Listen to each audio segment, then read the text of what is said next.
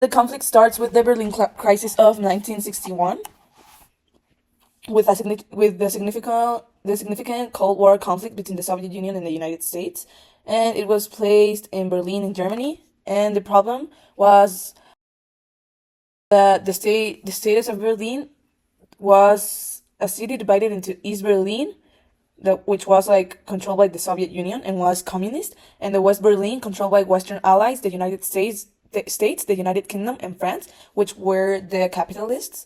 And the Soviet Union wanted to stop the mass defections from East to West Berlin, which were threatening the stability and economic viability of East Germany.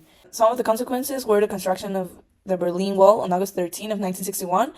So the East Germany part began building the Berlin Wall to prevent East Germans from fleeing to the West. The division of Berlin, the wall physically and ideologically divided Berlin into East and West for 28 years. Then there was the Cold War symbol. The Berlin Wall became a powerful symbol of the Cold War, representing the division between the communist East and the capitalist West.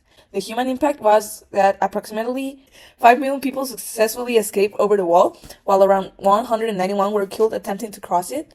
So in this image, you can see there are two men kissing. It was a painting that was painted at the end of the Cold War, but in the Berlin Wall by some famous artist. And the two men that are in this image are Leonid Brezhnev, which is the communist leader of the Soviet Union, and Erich Honecker, the communist leader of Germany. So in the image, you can see there's a phrase down, like right here, which says, "Mein Gott, hilf mir, diese tödliche Liebe zu überleben," which means like, my God, please help me survive this strong love I'm feeling. It was a painting that was made to represent the conflict between ideologies, capitalist and communist ideologies during the Cold War.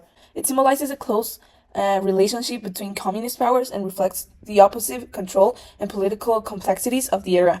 So as you can see in this part, it shows the western part of the division, which was the one of the capitalists, the United States part, and the allies. And on the east side over here, the Soviet Union was controlling everything, and it was the east side.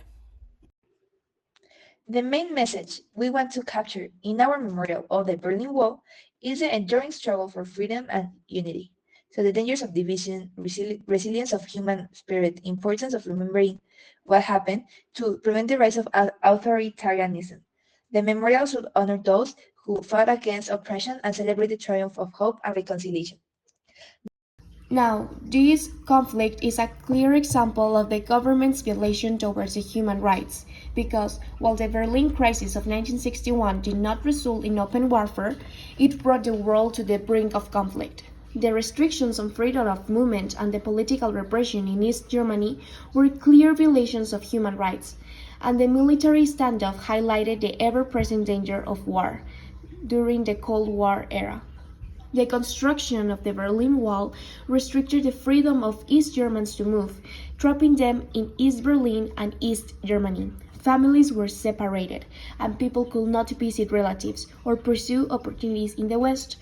The East German government, with Soviet backing, used the wall to prevent skilled workers and intellectuals from traveling to the West, effectively keeping East Germans on one side and prohibiting them from having the freedom to choose where they live and where they move to.